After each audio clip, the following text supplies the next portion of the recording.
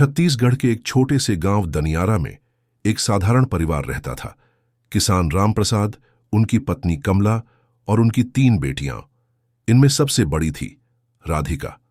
राधिका का जन्म किसी खास तामझाम के बिना हुआ, लेकिन उसके भीतर जो जज्बा था वो वक्त के साथ सबको चौंकाने वाला था।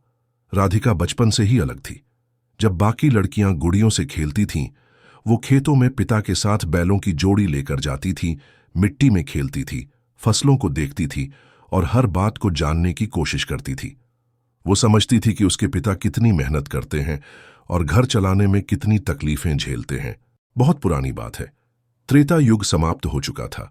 श्री राम ने पृथ्वी पर अपने अवतार का कार्य पूर्ण कर लिया था और अब वे बैकुंठ धाम लौट चुके थे। हनुमान जी, जो राम भक्ति में लीन रहते हैं, उन्हें श्री राम ने अमृता का वरदान दिया था। जब तक यह संसार है तब तक तुम रहोगे और जो तुम्हारा नाम लेगा उसका उद्धार होगा। हनुमान जी अब पृथ्वी पर लोगों की सहायता करते रहते थे। जहां भी कोई संकट में होता, उन्हें स्मरण करता, वहीं प्रकट हो जाते। परंतु यह बात कम लोग जानते हैं कि एक बार स्वयं हनुमान जी को भी अपनी दिव्यता का अनुभव एक ऐसे अंदाज में हुआ जो मजेदार भी है और गूढ़ भी। एक दिन हनुमान जी हिमालय की ओर भ्रमण पर निकले।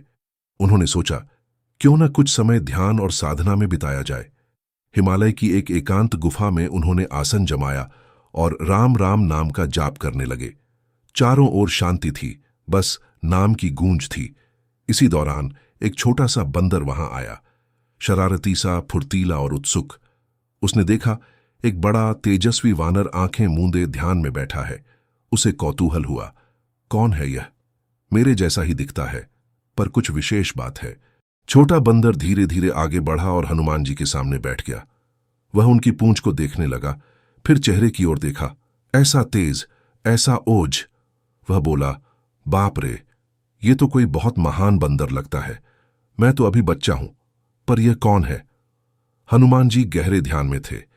बंदर उनकी परिक्रमा करने लगा, फिर वह उनके शरीर को छूने लगा। तभी अचानक हनुमान जी की आंख खुली। उन्होंने देखा एक छोटा सा बंदर उन्हें ध्यान से देख रहा है।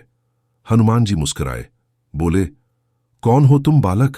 बंदर बोला, मैं तो जंगल में रहने वाला एक साधारण बंदर हूं, पर आप कौन हो? आपके शरीर से जो तेज निकल रहा है वैसा मैंने आज तक नहीं देखा। आप कोई देवता हैं क्या? हनुमान जी हंसे और बोले, मैं तो एक दास हूं प्रभु श्री राम का। राम भक्ति ही मेरा बल है। बंदर ने आश्चर्य से पूछा, राम कौन? अब हनुमान जी भाव विभोर हो गए।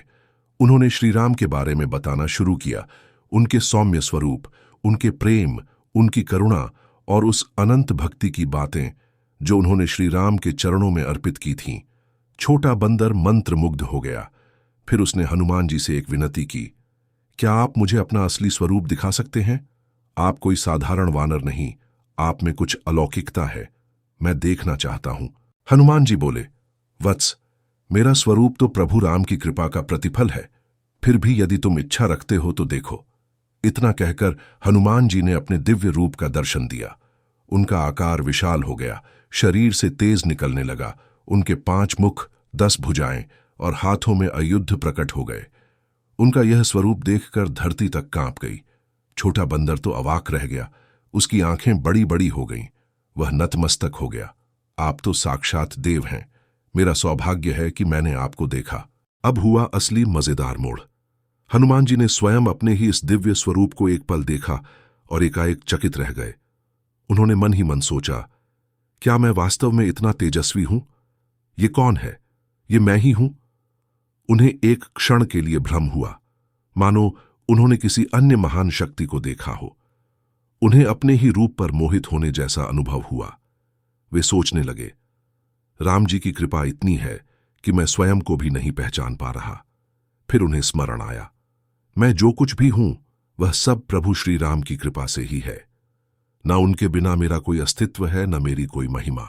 यह सोचकर हनुमान जी तुरंत सामान्य रूप में लौट आए और उस छोटे बंदर को गले लगा लिया। उन्होंने कहा, वत्स, याद रखो, चाहे तुम कितने भी महान बन जाओ, कभी भी अपनी शक्ति का अभिमान मत करना। सारी शक्तियां ईश्वर की देन होती हैं। छोटा बंदर श्रद्धा से नतमस्तक हुआ और बोला, आपने जो सिखाया वह जीवन भर याद रहेगा। मैं भी राम का नाम लूंगा। क्या मुझे भी राम भक्त बनने का अवसर मिलेगा? हनुमान जी बोले। जिसे सच्ची जिज्ञासा होती है उसे रास्ता जरूर मिलता है। राम नाम में ही सारे सुख हैं। और इस प्रकार वह छोटा बंदर हनुमान जी का शिष्य बन गया। वह भी राम नाम जपने लगा और जहां जहां हनुमान जी जाते वह पीछे पीछे जाता। उसके जीवन में भक्ति का नया सूरज उग चुका था। इस पूरी घटना ने हनुमान जी को भी एक अनोखा अनुभव दिया कि अहंकार कितनी भी सूक्ष्मता से मन में प्रवेश कर सकता है, परंतु सच्चे भक्त वही होते हैं जो हर समय भगवान की कृपा को ही अपना आधार मानते हैं। दोस्तों, इस कहानी से हमें भी बहुत कुछ सीखने को मिलता है। कभी कभी हम अपनी छोटी छोटी उपलब्धियों पर गर्व करने लगते हैं, परंतु हमें यह नहीं भूलना चाहिए कि सब कुछ ईश्वर की कृपा से ही संभव होता है। हनुमान जी की यह सरलता, उनका नम्र स्वभाव और भक्ति में लीनता हमें सिखाती है कि सच्चा बल विनम्रता में होता है। आज की यह कहानी यहीं समाप्त होती है। उम्मीद है आपको यह प्रसंग पसंद आया होगा और इससे आपको कुछ प्रेरणा भी मिली होगी। अगर आपको यह पॉडकास्ट अच्छा लगा हो तो कृपया इसे शेयर करें और हमारे चैनल अच्छी स्टोरी को फॉलो करना न भूलें। अगली बार फिर मिलेंगे एक और सुंदर और प्रेरणादायक कहानी के साथ। जय श्री राम।